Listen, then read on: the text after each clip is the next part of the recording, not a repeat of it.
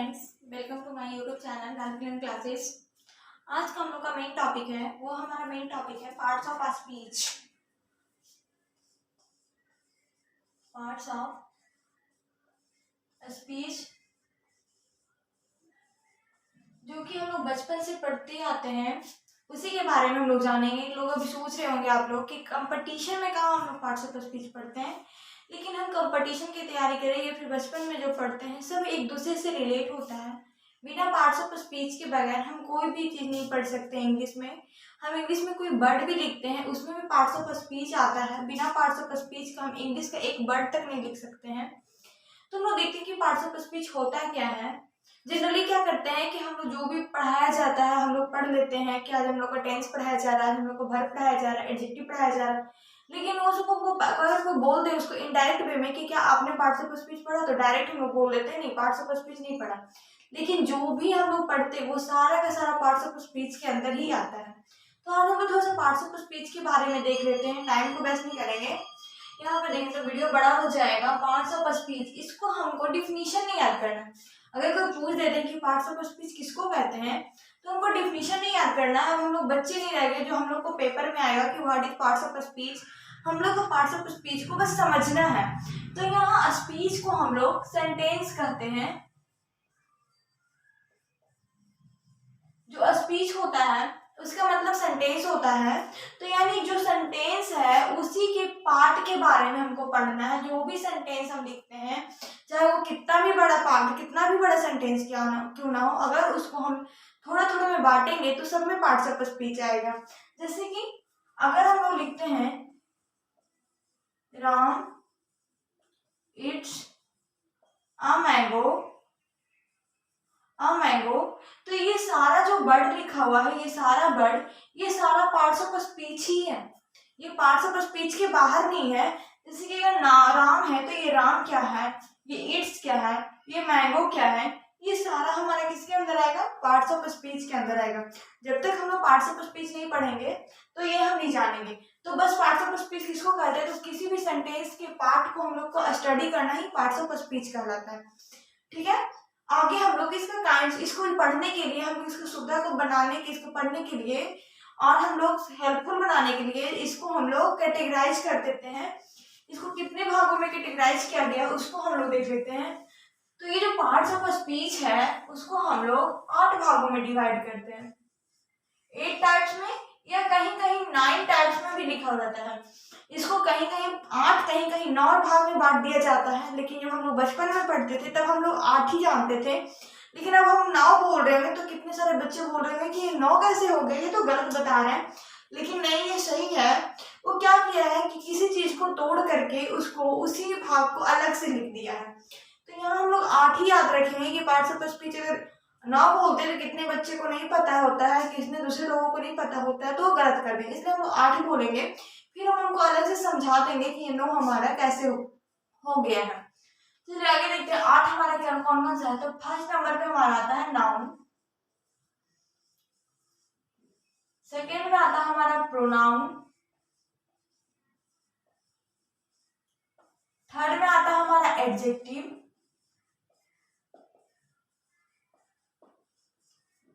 Fourth में आता है हमारा वर्ब, फिफ्थ में आता है एडवर्ब, सिक्स्थ में आएगा यहाँ पे हमारा प्रीपोजिशन,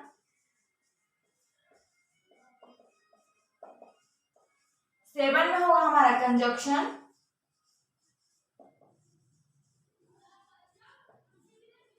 और 8 हमारा होता है इंटरजेक्शन।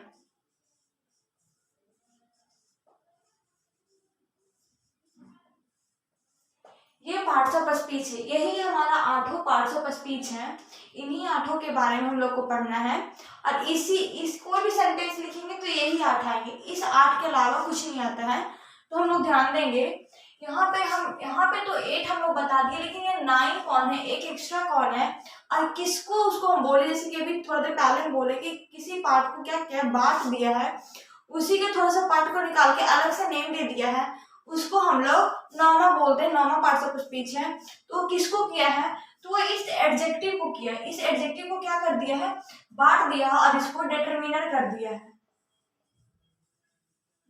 डिटरमिनर कर दिया। इस एडजेक्टिव को तो रहने दिया है, लेकिन एडजेक्टिव का जो थोड़ा सा पार्ट है उस थोड़े से पार्ट को डिटरमिनर में कन्वर्ट कर दिया है, यानी उसको डिटरमिनर भी बोल दिया और एडजेक्टिव भी बोल दिया। यानी हम ऐसा बोल सकते हैं कि जो हमारा एडजेक्टिव है, ये डिटरमिनर है, वो पार्ट है किसका, एडजेक्टिव का। एडजेक्टिव का पार्ट है, तो जितने भी डिटरमिनर्स है सारे की सारा डिटरमिनर एडजेक्टिव है। सारा का सारा डिटरमिनर क्या है, ऐसे देख लेते हैं, अगर नहीं समझ में आ रहा है तो सारा डिटरमिनर क्या है, एडजेक्टिव है, एडजेक्टिव है। लेकिन क्या ऐसा जरूरी है कि सारा का सारा एडजेक्टिव हमारा डिटरमिनर हो, तो ऐसा नहीं, क्योंकि हम बोले कि एडजेक्टिव का कुछ पार्ट है, तो मतलब कि सारा एडजेक्टिव हमारा डिटरमिनर हो, ये जरूरी नहीं है। तो यहाँ हम बोल सकते हैं कि सारा जो एडजेक्टिव हमारा है वो हमारा डिटरमिनर नहीं है, डिटरमिनर नहीं है, ठीक है। तो ये बात को हम लोग ध्यान में रखेंगे। अब हम लोग पार्ट्स ऑफ स्पीच के बारे में पढ़ रहे हैं, तो थोड़ा थोड़ा हम लोग इस आठों के बारे में हम लोग थोड़ा थोड़ा क्या करते हैं, रफली आइडिया ले लेते हैं कि थोड़ा थोड़ा, ताकि हम लोग पहचान सके, कुछ हम लोग का बेस बना हुआ रहे कि हमको इसके अंदर कौन कौन सा चीज पढ़ना है। अगर जैसे कि हम लोग चैप्टर का नाम दे देते हैं नाउन, तो नाउन के अंदर क्या पढ़ना है, तो उसको हम लोग थोड़ा सा देख लेते हैं, ये हम इरेज कर देते हैं। तो फर्स्ट में हमारा क्या लिखा हुआ है, फर्स्ट में हमारा लिखा हुआ है नाउन। तो व्हाट इज नाउन, अगर कोई बोलता है कि नाउन क्या है, नाउन में क्या पढ़ेंगे, तो नाउन हम उसको कहते हैं जो दुनिया की कोई भी चीज आ जाए, दुनिया के कोई भी चीज रहेगा, वो अगर नेम से रिप्रेजेंट हो रहा है तो उसको हम लोग नाउन कह देते हैं। तो हम कह सकते हैं कि जहां जहां नाउन लिखा हुआ है उसको हम लोग नेम बोलेंगे, जहां जहां नाउन लिखा हुआ रहेगा उसको हम लोग नेम समझेंगे। जैसे अगर हम लोग सिटी लिख देते हैं, तो इसको भी हम लोग जानते हैं सिटी किसको कहते हैं, उसको भी किसी नेम से जानते हैं कि इस चीज को उस चीज को नेम दिए, इसी चीज को हम सिटी बोलेंगे, तो ये भी एक नेम हो गया। ये क्या हो गया, तो ये हमारा नाउन हो गया। जैसे कि अगर यहाँ पे राम लिखा हुआ है, तो राम भी क्या है, किसी लड़का का नाम है, तो ये नाम भी क्या हो गया, नाउन हो गया। तो बस दुनिया का कोई भी चीज हो गया जो नाउन जो नेम है, उस नेम को हम लोग क्या बोलते हैं, नाउन बोलते हैं, ठीक है। आगे हम लोग को दूसरा में क्या लिखा हुआ है, प्रोनाउन। ये नाउन खत्म हो गया, ये प्रोनाउन पे हम लोग डिस्कशन करते हैं कि प्रोनाउन क्या होता है। तो प्रोनाउन क्या है, ये प्रोनाउन दो वर्ड से मिलकर के बना हुआ है, pro plus noun, pro plus noun. इसको हम लोग कैसे याद करेंगे, तो प्रोनाउन क्या होता है, प्रो मतलब होता है जिसके बदले, यानी बदले में आना, और यहाँ नाउन का मतलब होता है नेम। हम क्या बोले कि जहां जहां भी नाउन लिखा हुआ रहेगा, जहां जहां भी नाउन वर्ड रहेगा, उसको हम लोग नेम समझेंगे, तो हम लोग को समझने में आसानी होगा। कोई भी नाउन का बात करेगा तो हम लोग नेम समझेंगे। जैसे बोलेगा कि नाउन किसे कहते हैं, तो दुनिया का कोई भी नाम बोल दो, वो हमारा नाउन के अंदर ही आएगा। तो यहाँ ध्यान देंगे, जो नेम के बदले, जो नाउन के बदले, नाउन यानी नेम के बदले, जो नेम के बदले आएगा वो हमारा प्रोनाउन हो जाएगा। जैसे कि आगे हम लोग यहाँ पे देखते हैं, जैसे कि अगर लिखा हुआ है Ram is a boy, Ram is a boy, ऐसा कुछ लिखा हुआ सेंटेंस। अब आगे हमको इस राम को अगर नहीं अच्छा लग रहा है लिखने में, अगर किसी चीज का बड़ा सा नेम रहे, जैसे मोहन शंकर दयाल, ऐसा बहुत बड़ा नाम रहे, तो हम लोग मोहन शंकर दयाल इतना बड़ा वर्ड नहीं बोलना चाह रहे हैं, हम कोई छोटा वर्ड यूज करना चाह रहे हैं, तो हम लोग उसकी जगह क्या कर देते हैं, उसको हटा करके, यहाँ पे राम लिखा हुआ है तो हम यहाँ पे राम को रिमूव करके हम कुछ ऐसा वर्ड बोल दें जो हमको सुनने में भी कंफर्टेबल लगे और बोलने में भी कंफर्टेबल लगे, यानी सुनने में भी अच्छा लगे और हमको टाइम की बचत हो जाता है प्रोनाउन बोलने से। तो यहाँ पे हम लोग ही का यूज कर देते हैं, और ही जो प्रोनाउन हो रहा है वो फिक्स होता है। ऐसा नहीं कि लड़की के नेम के साथ ही लगा देंगे, इसमें कुछ कंडीशन होता है कि लड़की के लिए हम लोग शी लगाएंगे, लड़का के लिए हम लोग ही लगाएंगे, तो ये बात को हम लोग को ध्यान रखना पड़ता है। इसी कारण हम प्रोनाउन का यूज क्यों करते हैं कि बार बार एक ही चीज को बोलते बोलते हम लोग को अजीब सा फील होता है, इसलिए हम लोग प्रोनाउन का यूज करते हैं, क्योंकि ये छोटा होता है, रिपीट करते तो कोई दिक्कत नहीं होता है। जैसे हम अभी एग्जाम्पल दिए थे आप लोग को मोहन शंकर दयाल, किसी का और बहुत बड़ा बड़ा है, जैसे श्री नरेंद्र कुमार मोदी दास, ऐसा करके बहुत बड़ा लंबा चौड़ा नेम रहे, तो इस तरह से हम किस तरह से बोलेंगे, बार बार रिपीट करेंगे तो अच्छा नहीं लगेगा, ठीक है, आगे हम लोग देखते हैं। जैसे हमारा प्रधानमंत्री का नाम क्या है, श्री दामोदर दास नरेंद्र मोदी। अब इतना बड़ा बात हम लोग बार बार इतना बड़ा नेम ही लिखेंगे तो मेरा पूरा लाइन ही उसी से भर जाएगा और बोलने में भी अच्छा नहीं लगेगा। तो उसकी जगह हम लोग क्या यूज कर देते हैं, ही का यूज कर देते हैं। आगे हमारा क्या है, एडजेक्टिव। ये एडजेक्टिव क्या है, जो किसी नाउन या प्रोनाउन की विशेषता को बतला देगा, जो उसको क्वालिफाई कर देगा, उसको हम लोग एडजेक्टिव बोलेंगे। यानी एडजेक्टिव इक्वल टू कह सकते हैं क्वालिफाई। क्वालिफाई, ये क्वालिफाई। अब क्वालिफाई किसको कहेंगे, जो शो द क्वालिटी, जो क्वालिटी को दिखाएगा, जो क्वालिटी को दिखाएगा, यानी कि जो नाउन और प्रोनाउन को हमारा क्या करेगा, क्वालिफाई करेगा, उसको हम लोग एडजेक्टिव कहेंगे। तो यहाँ ध्यान रखेंगे कि एडजेक्टिव किसको करेगा, नाउन और प्रोनाउन को क्वालिफाई करेगा। आगे हमारा क्या है, वर्ब है। आगे हमारा टॉपिक आता है वर्ब। वर्ब किसको कहते हैं, जो किसी एक्शन को होना क्या कहलाता है, वर्ब कहलाता है। किसी काम का होना हमारा वर्ब कहलाता है। तो जैसे हो गया रोना, हंसना, खाना पीना, ये सारा क्या है, वर्ब। कोई ना कोई काम हो रहा है तो वो हमारा वर्ब के अंदर आता है। ठीक है, और आगे हमारा होता है एडवर्ब। ये एडवर्ब किसको कहते हैं, तो ये क्या करते हैं, ये क्या होता है, ये जो ऐसा वर्ड है ये एडवर्ब, जो खुद को, वर्ब को और प्लस एडजेक्टिव को, ये तीनों को क्वालिफाई करते हैं। यानी जो एडवर्ब वैसा है जो खुद एडवर्ब को, वर्ब को प्लस एडजेक्टिव को क्वालिफाई कर दे, उसको विशेषता को बतला दे, तो उसे हम लोग एडवर्ब कहते हैं। ठीक है, आगे हमारा क्या है, प्रीपोजिशन। प्रीपोजिशन को हम लोग दूसरे नेम से जानते हैं, दूसरे नेम से जानते हैं, इसको क्या जानते हैं, रिलेटिंग वर्ड के नेम से। रिलेटिंग वर्ड के नेम से जानते हैं। प्रीपोजिशन को हम लोग रिलेटिंग वर्ड के नेम के नाम से जानते हैं। तो रिलेटिंग वर्ड में हमको कुछ याद नहीं करना, अगर ये नेम भूल जाते हैं तो प्रीपोजिशन की जगह रिलेटिंग वर्ड भी यूज कर देते हैं। और इसका नाम जो प्रीपोजिशन, इसका नाम रिलेटिंग वर्ड क्यों पड़ा, तो इसलिए पड़ा क्योंकि इसमें एक वर्ड लग रहा है छुपा हुआ हमारा, जो लग रहा है रिलेट है। ये रिलेटिंग वर्ड कुछ रिलेट जैसा लग रहा है कि रिलेट वर्ड से ही कुछ ना कुछ बना हुआ है। तो रिलेट का मतलब क्या होता है कि एक दूसरे को जोड़ देना, एक दूसरे को जोड़ना। जैसे कि ज्वाइनिंग करना हो गया, रिलेट करना मतलब कि उससे संबंधित संबंध बना देना। तो आगे देखते हैं कि कैसे करेगा। जैसे कि यहाँ पे हम आगे ऊपर लिख देते हैं, यहाँ पे लिखा हुआ है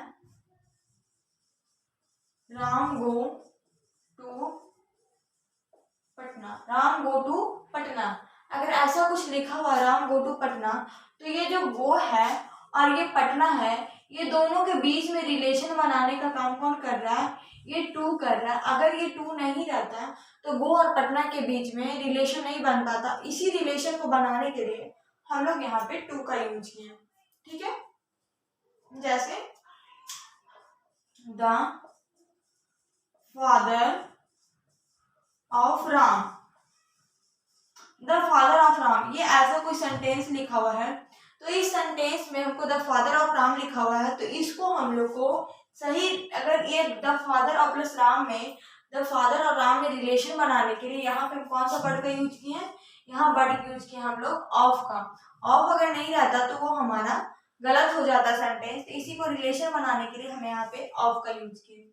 ठीक है, आगे हमारा बच गया दो ठो, उसको भी हम लोग देख लेते हैं। ये हमारा हो गया कंजक्शन।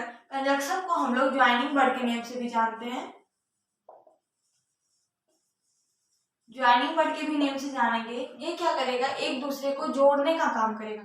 ये दो सब्जेक्ट को जोड़ देगा, दो ऑब्जेक्ट को जोड़ देगा, दो सेंटेंस को जोड़ देगा, लेकिन दोनों सेम कैटेगराइज में रहेगा तभी जोड़ेगा। जैसे कि अगर यहाँ पे लिखा हुआ है राम श्याम